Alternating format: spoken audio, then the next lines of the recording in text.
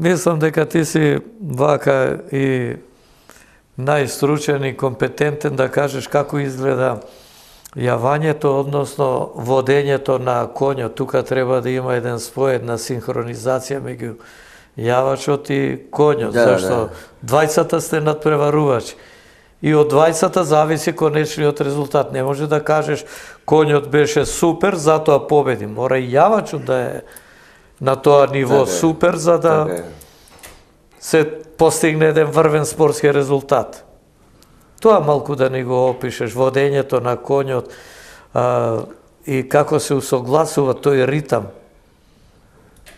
меѓу јавачот и коњот.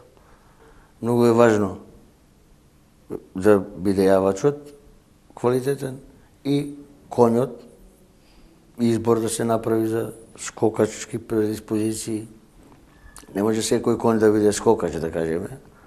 Инаку, во суштина, ова што го викаме врвниот спорт во скокањето, голем процент зема она што се вика зависи од јавачот и коњот и таа нивна хармонија, меѓутоа сепак има во секој спорт и спортска среќа. Тоа е исто фактор, да кажеме. Зашто, знаете како, ќе пипне некојаш препоната, може би гледате по ова, ќе подскакне и ќе остане, како и овие во скок во високо скокаат и така натака со летвата. Тука кој го дава знакот за да почне да влегува во тој ритам, рече хармонија меѓу коњот и јавачот? Јавачот е тој што го води практично. И овој почнува чекорите да ги ускладува со она што го очекува скокот. Поготово во скокањето претходно се прави планот, се погледува паркурот, се прошетува редоследот, итинерерот и тоа е тоа. Тренинзите, значи, мора да бидат исто квалитетни за да го подготвиш коњот за она што го очекува. И како изгледа тој тренинг, по колку скокови прави, например, еден коњ? Па зависи, тоа е во, како да кажем, во која фаза сте сега, во кој период на тренирањето. Дали подготвителен, дали надпреварувачки, преводен и така натаму. Не, добро, во секој случај јавачот е тоа, меѓутоа има некои кризни моменти кај што треба да го оставите и коњот да го реши проблемот. Разбирате? Значи, иначе нормално е, затоа го кажував тоа претходно, дека јавачот го прави планот и така натаму. Инаку мора да се има она што го викаме око, од каде се пушта, има она што се вели режим на препона, проценка колку чекори треба до скокот. Сето тоа е однапред што се вика истренирано и се планира на секој надпревар. Не те прашав дека рече малку лево ќе оди, значи ти некој... Тоа е в моментот на изненадување и на врвните спортисти им се дешава и на Олимпијада се случува. Гледаме по овие Юроспорт се вика, така е, затоа што се вика и тоа сега, коњ на она што го рекоме, не паднал од коњ, само тој што не седнал на него. Интересно е дека коњичкиот спорт во Европа, па и во светот е многу развиен и има голем број гледачи. Еве, гледаме преноси од тие надпревари за светскиот куп, што се одржуваат, полни трибини, со возбуда се следат настапите, аплаузи и така. Мислам дека има свое место во врвниот спорт, овој коњичкиот, твојот спорт, и според тоа треба така да се гледа кон него и овде кај нас. Меѓутоа, не знам какви се ситуациите сега. Еве, ти си, откако ја заврши кариерата јавачка, како активен јавач, џокеј да речам, продолжи во клубот, остана, водиш грижа и за фондот на коњи, водиш грижа и шталата да биде кој што треба, и луѓето што се ангажираат околу неа, и јавачите што доаѓаат, па сега дали има сенс во општеството наше за тој спорт и како излегувате на крај?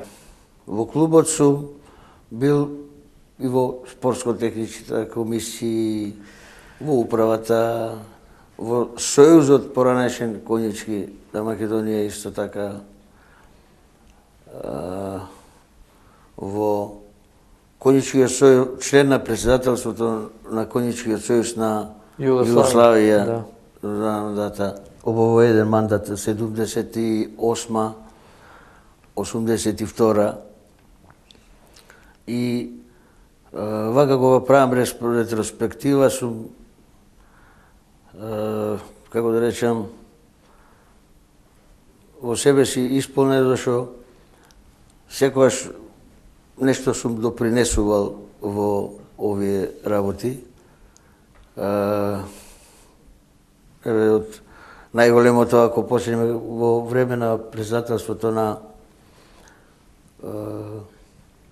Конјичкиот сојуз на Југославија, во тој мандат успеав да кажеме дека од што го имавме фондот на Југославија за развој на конјарство, да успеав да донесеме еден конј за приплод, ловор, сеќам се викаше, на неколку години кај нас.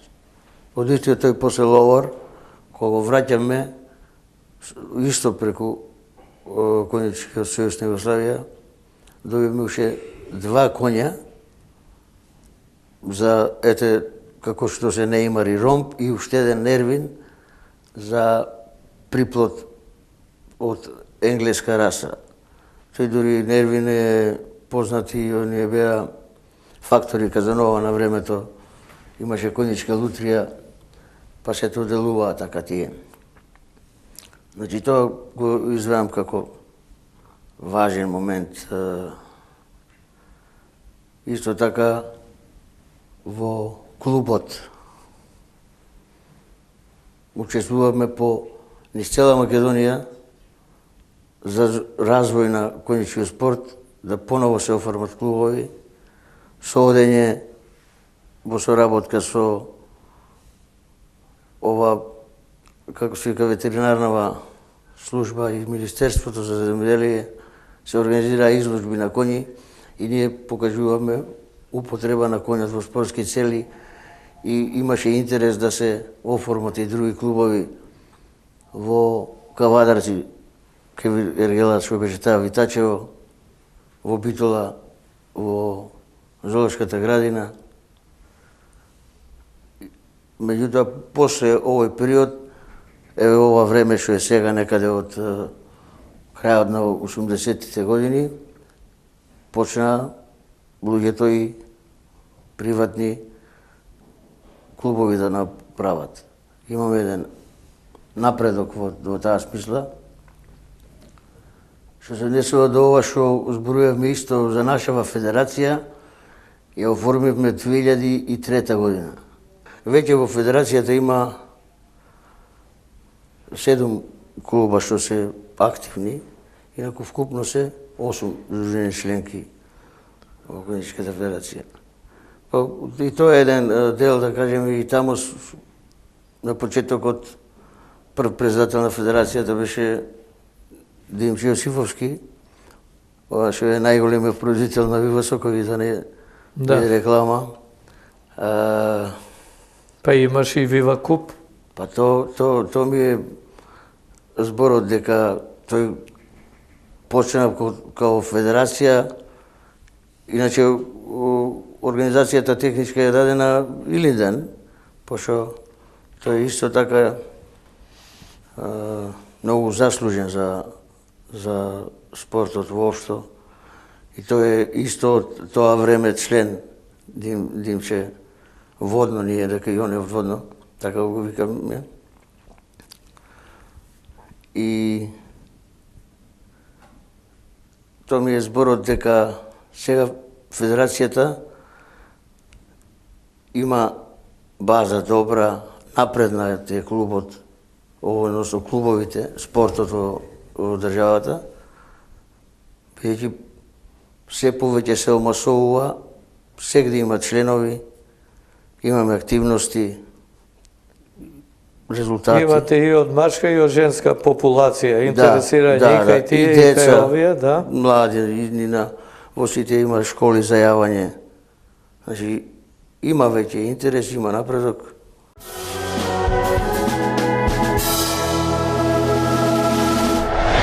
бидејќи си тренер и се движиш постојано во тие кругови, токму тоа сакав да те прашам за перспективата на конјичкиот спорт и дали имаме вака во моментов некој поистакнат јавач што може, например, рамноправно да се носи со соседите, бидејќи и Србија има развиен конјички спорт, и Бугарија има, Романија исто така, се сеќавам, одевте и таму на надпревари, доаѓа и тие од таму. Па затоа каква е ситуацијата на тој план, дали имаме квалитет што може да се носи со тие соседни земји? Ние воглавном учествуваме на балканските шампионати и повеќе во овие помлади категории, например, категорија деца, на почетокот тоа го имавме во Порто Карас, Грција. Ова што спомнавте сега беше последната Балканијада во Букурешт. Таму освои прво место наш човек, мислам, со пасош наш Лука Завршник. Еве и Олимпискиот комитет е информиран, се спрема за Олимпијада практично. Инаку наши надпреварувачи сме учествувале ова што ви кажав на балкански првенства. Треба да се спомне, например, Дарио Милевски од конјички клуб Дона,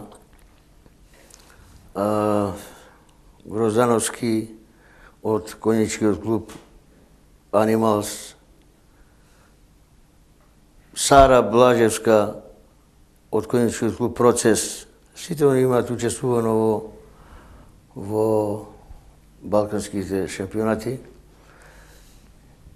И има забележителни места, сега не се меѓу првите три, меѓутоа има добри пласмани, абсолвирани паркури, не без исклучување и така. Па не зависи само од нив и од квалитетот на коњите и тоа. Се сеќавам јас пред 10 години може би беше Вива Куп и така, па учествува и романците и ми кажавте дека бев дојден да гледам, да известувам ли, да коментирам, не се сеќавам. Ми викате овој конј што го јава репрезентативецов на Романија чини €1.000.000. Јас гледам вака, викам, овој конј €1.000.000 дојден овде на Балканијада. Ова што рече се сеќавам, баш и мислев дека ќе дојдеме до тој дел кај што направивме прво интервјуа, што се сеќавам, беше со тебе. Да. На хиподромот. Ова што е Вива Купот беше едно многу добра организација, комплет нас, со конференција за печат, со ова што рече, еден пренос и така натаму, амбиентот беше одличен.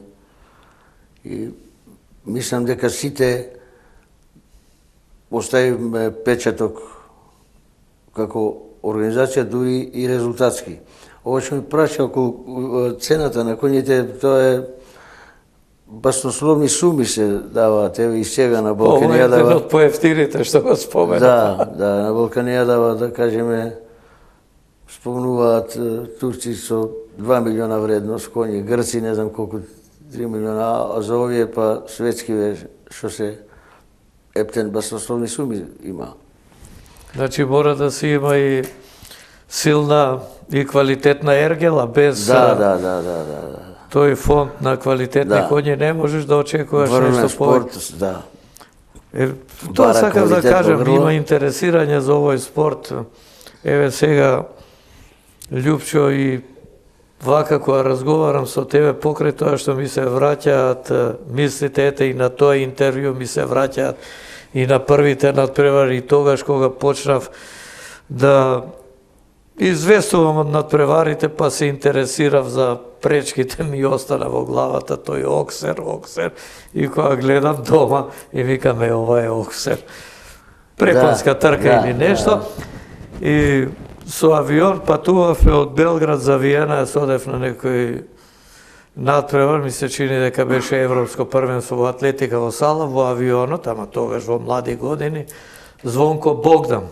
Да. И така, муабет, викам, јас сум коментатор на македонската телевизија, вас не знам, му викам, од настапите, оние песни, тамбурашите и тоа. И викам, што концерт некој не рече, имам неколку коњи во Виена. И ме изненади, значи од тоа време интересирање, а него може и му лежи тоа, он живееше на Салаш, во Војводина, коњи обкружен, па решил еве да инвестира и во тој спорт, сигурно му се исплатило. На кладилница многу атрактивни се конјските трки.